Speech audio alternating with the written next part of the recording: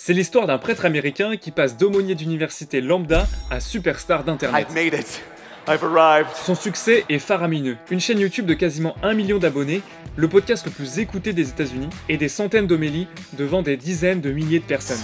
Father Mike est suivi sur YouTube, Instagram et Spotify parce qu'il prêche la parole de Dieu, mais pas seulement. C'est le seul prêtre à pouvoir revendiquer avoir eu sa tête en XXL sur Times Square à New York, l'un des endroits les plus fréquentés du monde. Alors certes, il est beau, mais c'est pas son seul atout. False. Parmi les prêtres du monde entier, Father Mike est le plus connu pour une raison, la quantité gigantesque de contenu qu'il a créé. Dans cette vidéo, on va voir comment Father Mike est passé de 0 à 125 millions d'écoutes sur son podcast en moins d'un an, les dessous de la stratégie de l'église catholique pour créer des prêtres superstars qui prêchent la parole de Dieu, et comment une tendance de fond qui aurait pu détruire Father Mike l'a finalement fait décoller. Duluth, Minnesota.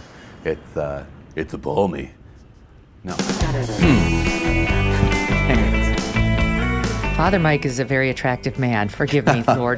Vous avez pas eu envie de vous marier plutôt ? C'est la question qui revient à peu près 100% des interviews que Father Mike a données à des médias non chrétiens. Et de fait, le premier truc qu'on voit sur son logo de podcast ou sur les vignettes de ses vidéos, c'est qu'il est plutôt beau gosse. On m'appelle souvent beau gosse. Ses yeux bleus éclatants, sa mèche rebelle, on va pas se le cacher, ça a sûrement aidé à son succès.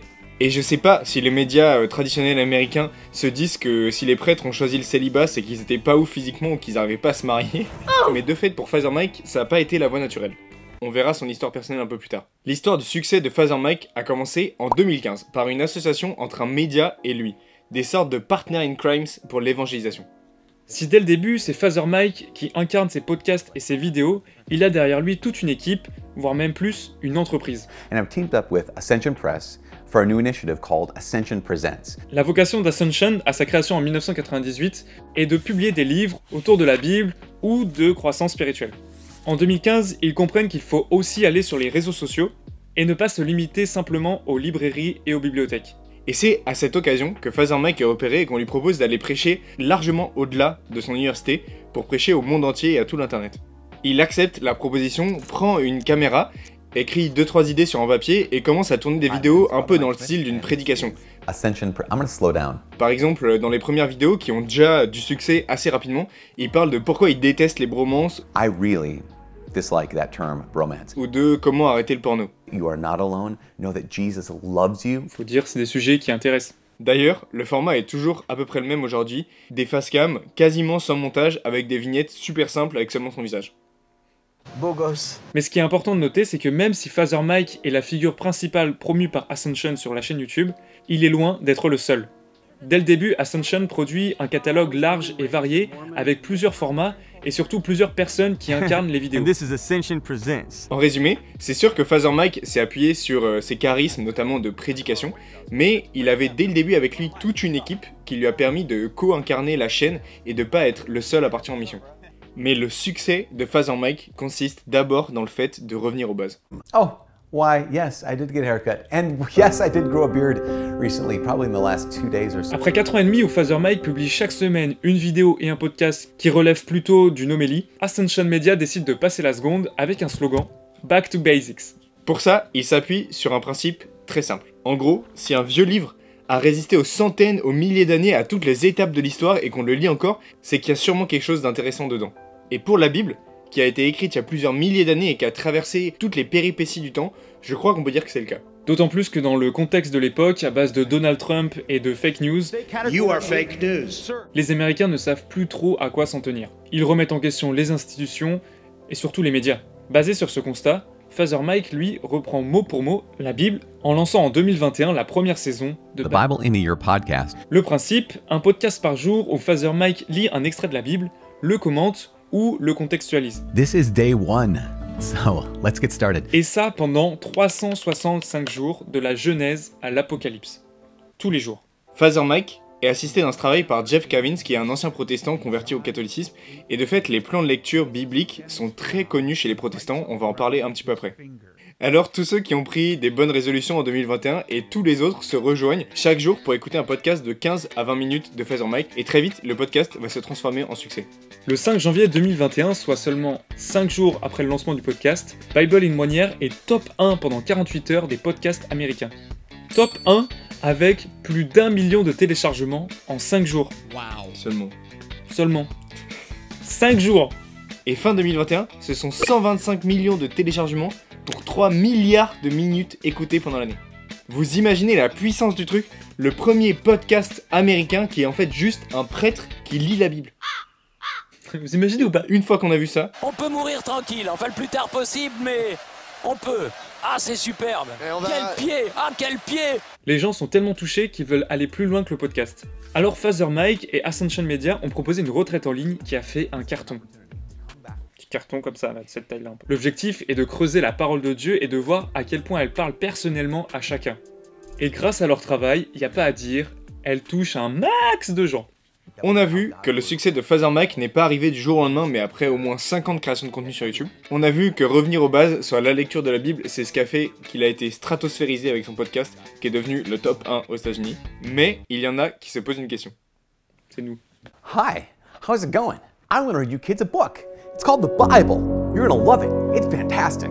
It'll change your life. Sola Scriptura, Sola Gratia. C'est sur cette doctrine que Luther a bâti l'église réformée au XVIe siècle, et c'est sur ça que s'enracinent les protestants depuis. En bref, s'appuyer davantage sur la Bible, sur les Écritures, pour construire la théologie plutôt que sur les traditions ecclésiales. Mais est-ce que c'est pas exactement ce qu'est en train de faire Father Mike quand il lit la Bible mot pour mot? Est-ce qu'il transmet bien la tradition de l'église catholique, ou est-ce qu'il est en train de convertir ses auditeurs au protestantisme? Alors c'est sûr, le concept des plans de lecture de la Bible, d'avoir chaque jour un extrait de la parole pour avoir fini la Bible ou un livre au bout d'un certain temps, c'est un concept qui vient plutôt des églises protestantes. Et d'ailleurs, comme on l'a dit, Father Mike a dans ses équipes un protestant converti au catholicisme. Mais Father Mike, dans son podcast, une fois qu'il a fini de lire la Bible, apporte une interprétation. Et cette interprétation, c'est pas la sienne, c'est la lecture que fait l'église catholique de la Bible à la lumière de la tradition. D'ailleurs, pendant l'année 2021, quand Ascension Media voit le succès de Bible in 1 Year, il se demande comment continuer. C'est difficile de recommencer de nouveau à lire la Bible quand on vient de la finir. Alors il propose un autre plan de lecture d'un document super important dans l'église catholique, le catéchisme de l'église catholique. Ça fait 2 fois l'église catholique. Et ça, c'est pour l'année 2023. Dès le 1er janvier, ils attaquent un nouveau podcast, Catechism in 1 Year, où chaque jour, on lit un extrait du catéchisme de l'église catholique avec un petit commentaire. Et le but, c'est que, étant donné que peu de catholiques l'ont déjà lu en entier, ça permet de creuser un peu plus les dogmes et la foi, et ce en quoi croit l'église et le peuple de Dieu. C'est un succès, plus ou moins. Ça fait donc maintenant 8 ans que Father Mike est présent sur internet et 2 ans qu'il est l'hôte d'un podcast à succès. Ni émerger, ni durer ne sont des choses évidentes sur internet, et d'autant plus quand on est un religieux ou un prêtre. On l'a vu ces derniers mois en France. Father Mike a posé dès le début des bases qui lui ont permis de pas faire un burn-out ou de partir en freestyle, mais l'église catholique américaine dans son entièreté a compris quelque chose dont on pourrait vraiment aussi s'inspirer en France. Oh man.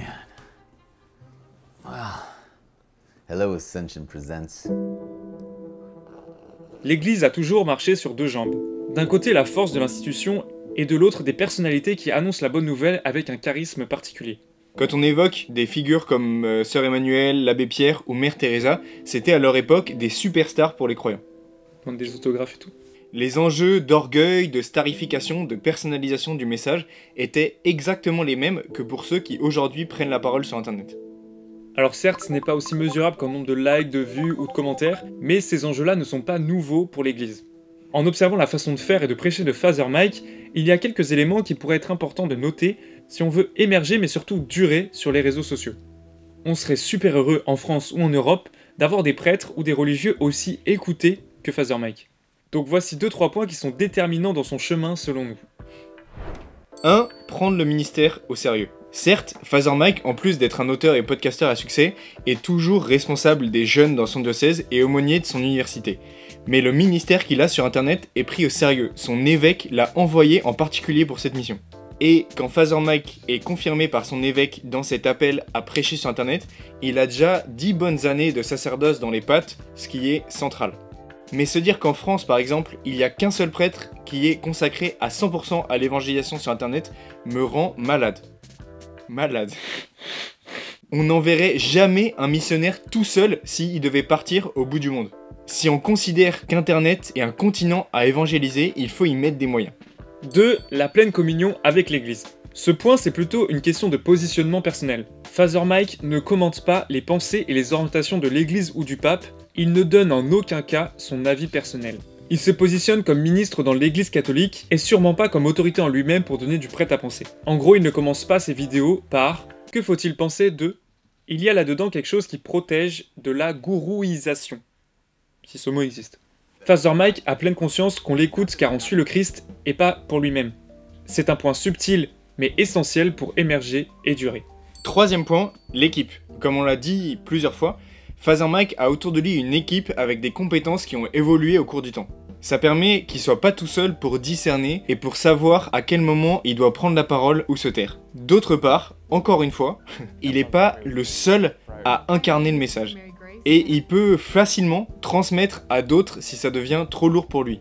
Ces 3 points, prendre le ministère au sérieux, la pleine communion avec l'église et l'équipe, ne sont pas des recettes magiques. Mais je crois qu'il faut qu'en église, on s'inspire de cette manière de faire pour évangéliser sur internet sur le long terme sans se cramer. Mais maintenant que Father Mike est au top, maintenant qu'il est connu dans l'Amérique entière, est-ce qu'il ne serait pas temps qu'il passe à une autre étape, quitte à devenir invisible?